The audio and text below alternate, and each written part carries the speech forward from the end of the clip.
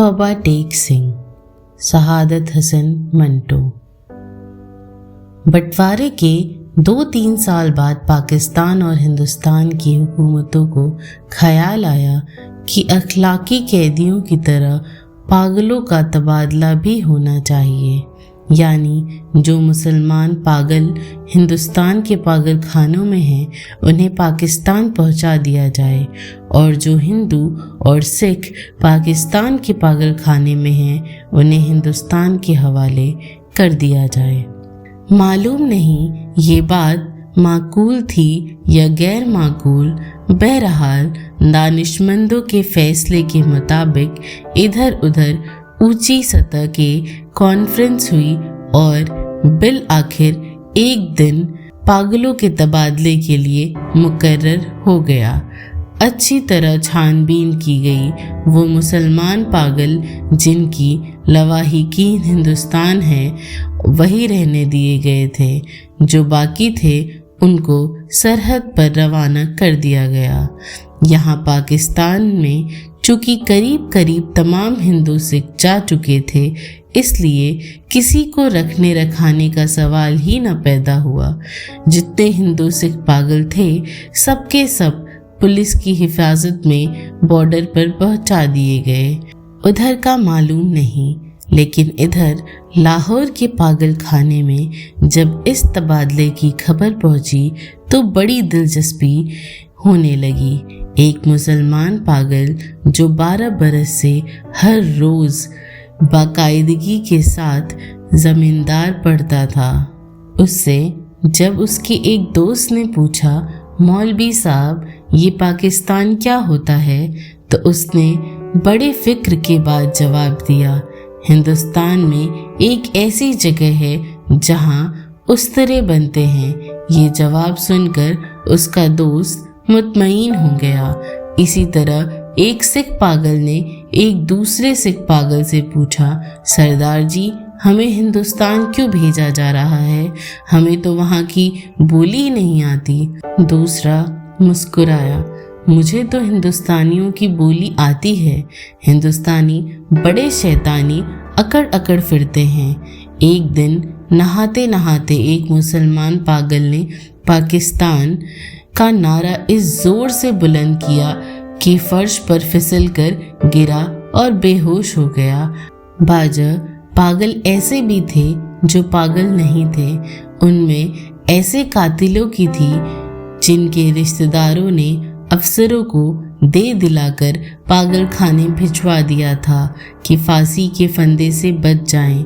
ये कुछ समझते थे कि हिंदुस्तान क्यों तकसीम हुआ है और ये पाकिस्तान क्या है, लेकिन सही वाक़ियत से वो भी बेखबर थे। अखबारों से कुछ पता नहीं चलता और पहरेदार सिपाही अनपढ़ और जाहिल थे। उनकी गुफ्तगू से भी वो कोई नतीजा बरामद नहीं कर सकते थे। उनको सिर्फ इतना मालूम था कि एक आदमी मोहम्मद अली जिन्ना है जिसको कायदे आज़म कहते हैं। उसने मुसलमानों के लिए एक अलहदा मुल्क बनाया है जिसका नाम पाकिस्तान है। ये कहा है उसका महल हुकूम क्या है, उसके मुतल्लिक वो कुछ नहीं जानते थे। यही वजह है कि पागल खाने में वो सब पागल जिनका दिमाग पूरी तरह माऊफ नहीं हुआ था इस मुकदमे में गिरफ्तार थे कि वो पाकिस्तान में हैं या हिंदुस्तान में। अगर हिंदुस्तान में हैं तो पाकिस्तान कहाँ है? अगर वो पाकिस्तान में हैं तो ये कैसे हो सकता है कि वो कुछ अरसा पहले यहाँ रहते हुए भी हिंदुस्तान में थे।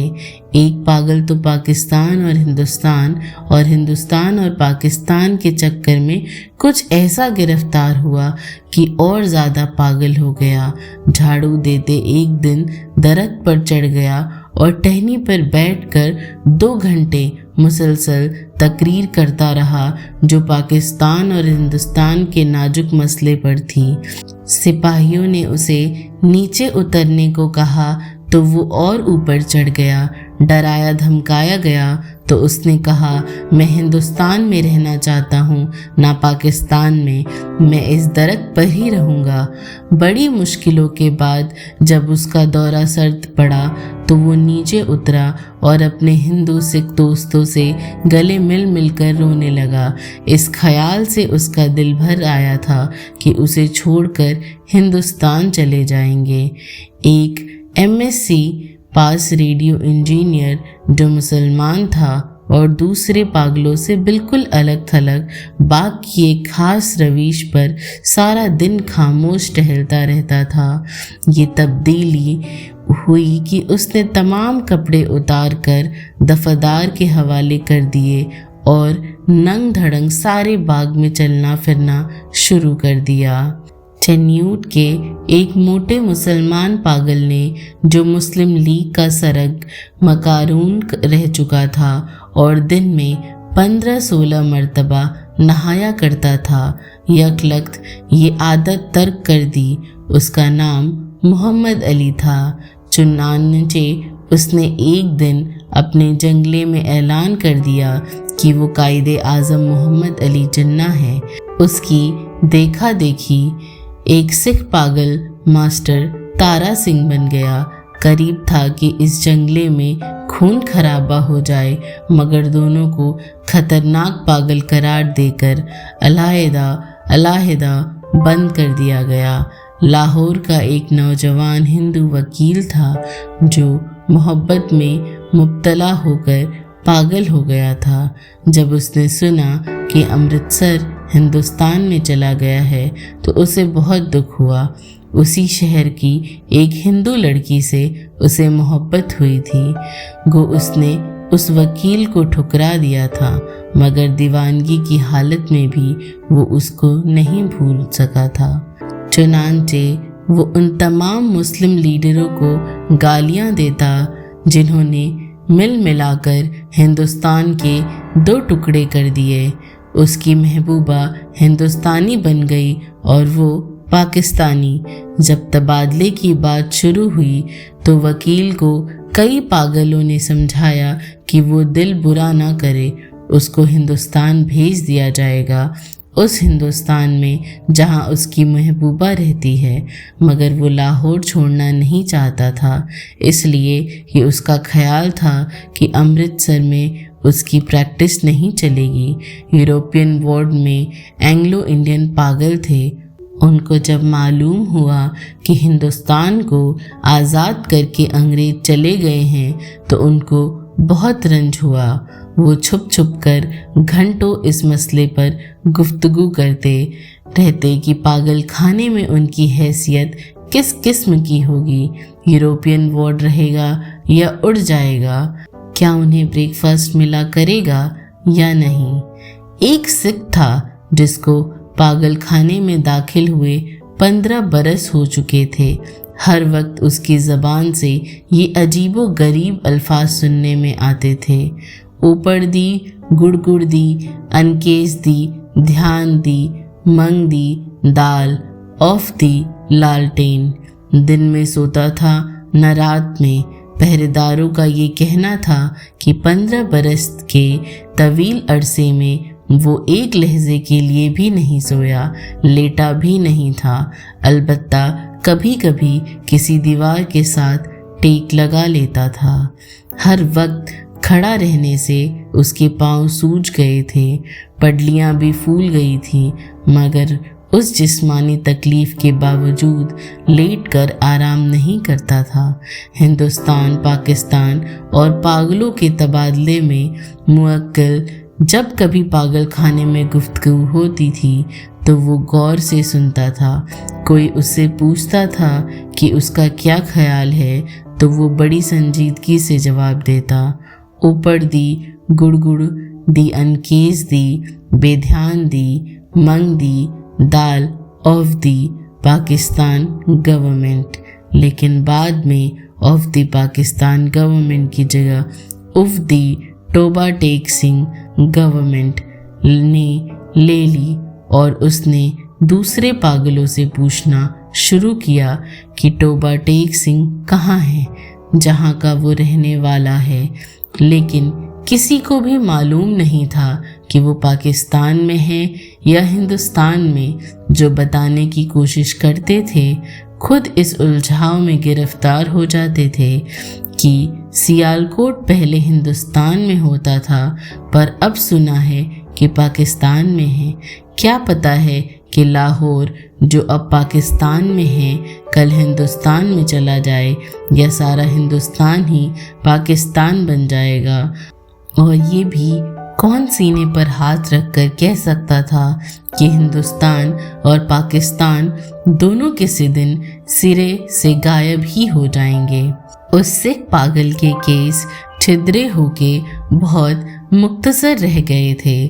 चूँकि बहुत कम नहाता था इसलिए दाढ़ी और बाल आपस में जम गए थे, जिसके बाइस उसकी शक्ल बड़ी भयानक हो गई थी। मगर आदमी बेज़रर था। 15 बरसों में किसी से झगड़ा फसाद नहीं किया था। पागल खाने के जो पुराने मुलाजिम थे वो उसके मुतल्लिक जानते थे कि टोबा टेक सिंह में उसकी कई ज़मीनें थीं। अच्छा खाता पीता ज़मींदार था कि अचानक दिमाग उलट गया। उसके रिश्तेदार लोहे की मोटी मोटी जंजीरों में उसे बांध कर लाए और पागल खाने में दाखिल कर गए। महीने में एक बार मुलाकात के लिए ये लोग आते थे और उसकी खैर खैरियत दरियाफ्त करके चले जाते थे। एक मुद्दत तक ये सिलसिला जारी रहा, पर जब पाकिस्तान हिंदुस्तान की गड़बड़ शुरू हुई तो उनका आना बंद हो गया। उसका नाम बिशन सिंह था, मगर उसे टोबा टेक सिंह कहते थे। उसको ये कतई मालूम नहीं था कि दिन कौन सा है, महीना कौन सा है, या कितने साल बीत चुके हैं।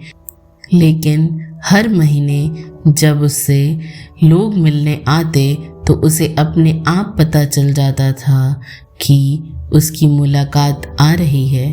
उस दिन वो अच्छी तरह नहाता, बदन पर खूब साबुन घिसता और सर में तेल लगाकर कंघा करता। अपने कपड़े जो वो कभी इस्तेमाल नहीं करता था निकलवा के पहनता और यूं सच बनकर मिलने वालों के पास जाता। वो उससे कुछ पूछते तो वो खामोश रहता, या कभी कभार ऊपर दी, गुड़ दी, एनकेस दी, बेध्यान दी, मंग दी, वॉल ऑफ द लालटेन कह देता। उसकी एक लड़की थी जो हर महीने एक उंगली बढ़ती बढ़ती 15 बरसों में जवान हो गई थी। बेसन सिंह उसको पहचानता ही नहीं था। वो बच्ची थी, जब भी अपने बाप को देखकर रोती। जवान हुई तब भी उसकी आंखों में आंसू बहते थे। पाकिस्तान और हिंदुस्तान का किस्सा शुरू हुआ तो उसने दूसरे पागलों से पूछना शुरू किया कि टोबा टेक सिंह कहाँ है। जब इत्मीनान नबख्श जवाब न मिला तो उसकी कुरेद दिन ब दिन बढ़ती गई। अब मुलाकात भी नहीं आती थी। पहले तो उसे अपने आप पता चल जाता था कि मिलने वाले आ रहे हैं, पर अब जैसे उसके दिल की आवाज़ भी बंद हो गई थी, जो उसे उनकी आमद की खबर दे दिया करती थी। उसकी बड़ी ख्वाहिश थी कि वो लोग आएं जो उसके हमदर्द का इजहार करते थे और उसके लिए फल, मिठाइयाँ और कपड़े लाते थे। वो अगर उनसे पूछता कि टोबा टेक सिंह कहाँ हैं तो वो उसे यकीनन बता देते कि पाकिस्तान में है या हिंदुस्तान में, क्योंकि उसका ख्याल था कि वो टोबा टेक सिंह ही है जहाँ उसकी ज़मीन है। पागल खाने में एक पागल ऐसा भी था जो खुद को खुदा कहता था। उससे जब एक रोज़ बिशन सिंह ने पूछा कि टोबा टेक सिंह पाकिस्तान में है या हिंदुस्तान में, तो उसने हस्बे आदत कहा लगाया और कहा वो पाकिस्तान में है न हिंदुस्तान में, इसलिए कि हमने अभी तक हुक्म नहीं लगाया। बिशन सिंह ने उस खुदा से कई मर्तबा मिन्नत समाजत से कहा कि वो हुक्म दे दे ताकि झंझट ख़त्म हो, मगर वो बहुत मशरूफ था, इसलिए कि उसे और बेशुमार हुक्म देने थे। एक दिन तंग आकर वो उस पर बरस पड़ा। ऊपर दी, गुड़गुड़ दी, इनकेस दी, ध्यान दी, मंग दी दाल ऑफ वाहिगुरु जी खालसा एंड वाहिगुरु दी फतेह। जो बोले सो निहाल सता अकाल।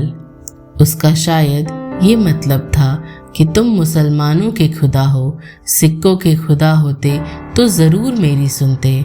तबादले से कुछ दिन पहले टोबा टेक सिंह का एक मुसलमान जो उसका दोस्त था मुलाकात के लिए आया। पहले वो कभी नहीं आया था।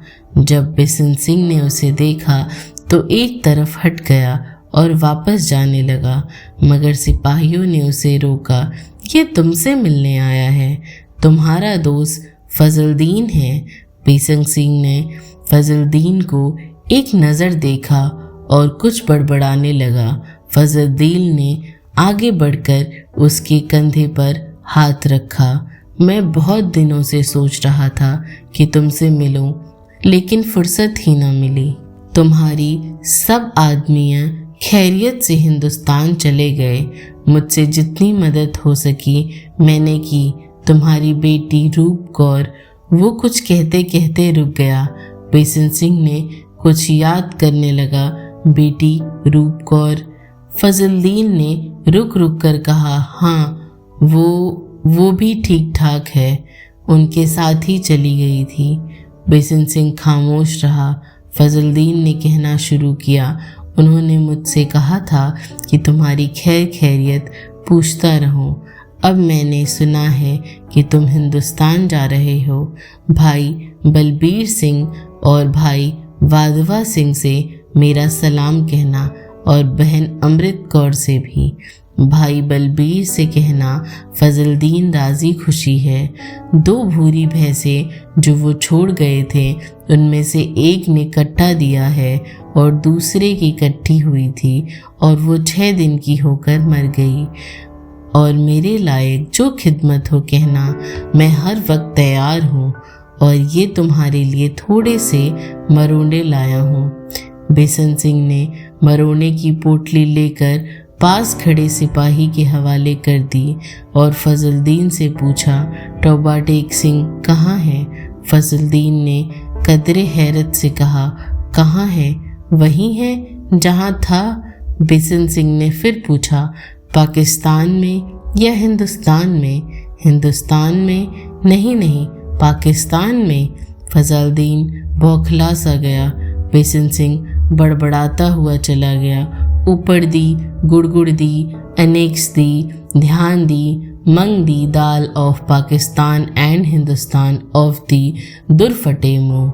तबादले की तैयारियां मुकम्मल हो चुकी थी। इधर से उधर और उधर से इधर आने वाले पागलों की फहरिस्तें पहुंच गई थी और तबादले का दिन भी मुकर्रर हो गया। सख्त सर्दियां थीं जब लाहौर के पागल खाने से हिंदू सिख पागलों से भरी हुई लारियां पुलिस के साथ रवाना हुईं। वाघा के बॉर्डर पर तुरफेन के सुपरिटेंडेंट एक दूसरे से मिले और इब्तिदाई कार्रवाई ख़त्म होने के बाद तबादला शुरू हो गया, जो रात भर जारी रहा। पागलों को लारियों से निकालना और उनको दूसरे अफसरों के हवाले करना बड़ा कठिन काम था। बाजा तो बाहर निकलते ही न थे। जो निकलने पर रजामंद हुए थे उनको संभालना मुश्किल हो जाता था, क्योंकि इधर उधर भाग उठते थे। जो नंगे थे उनको कपड़े पहनाए जाते, वो फाड़ कर अपने तन से जुदा कर देते। कोई गालियां बक रहा है, कोई गा रहा है, आपस में लड़ झगड़ रहे हैं, रो रहे हैं, बिलक रहे हैं। कान पड़ी आवाज़ सुनाई नहीं देती थी। पागल औरतों का शोरो गोगा अलग था और सर्दी इतनी कड़ाके की थी कि दांत बज रहे थे। पागलों की अक्सरियत इस तबादले के हक में नहीं थी, इसलिए कि उनकी समझ में नहीं आता था कि उन्हें अपनी जगह से उखाड़कर कहाँ फेंका जा रहा है। चंद जो कुछ सोच रहे थे पाकिस्तान के नारे लगा रहे थे।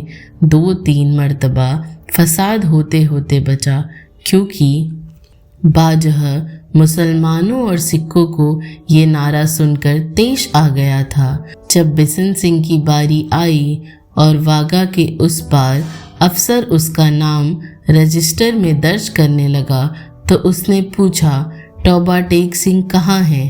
पाकिस्तान में है या हिंदुस्तान में? मुतल्लिका अफसर हंसा, पाकिस्तान में। ये सुनकर बिशन सिंह उछलकर एक तरफ हटा और अपने बाकी साथियों के पास पहुंच गया। पाकिस्तानी सिपाहियों ने उसे पकड़ लिया और दूसरी तरफ ले जाने लगे, मगर उसने चलने से इनकार कर दिया।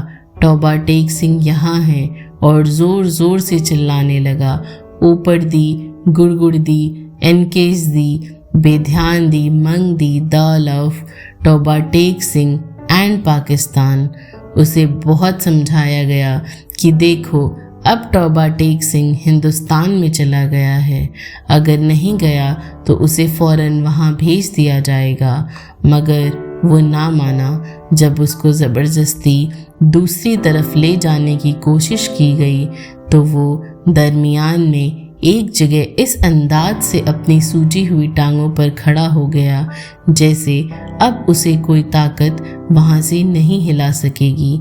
आदमी चूँकि बेज़रर था, इसलिए उससे मज़ीद ज़बरदस्ती न की गई, उसको वहीं खड़ा रहने दिया गया और तबादले का बाकी काम होता रहा।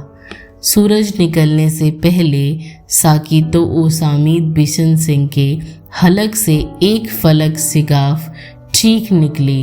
इधर उधर से कई अफसर दौड़े और देखा कि वो आदमी जो 15 बरस तक दिन रात अपनी टांगों पर खड़ा रहा था, औंधे मुंह लेटा है। उधर खारदार तारों के पीछे हिंदुस्तान था, इधर वैसे ही तारों के पीछे पाकिस्तान, दरमिया में ज़मीन के उस टुकड़े पर जिसका कोई नाम नहीं था, टौबा टेक सिंह पड़ा था। धन्यवाद।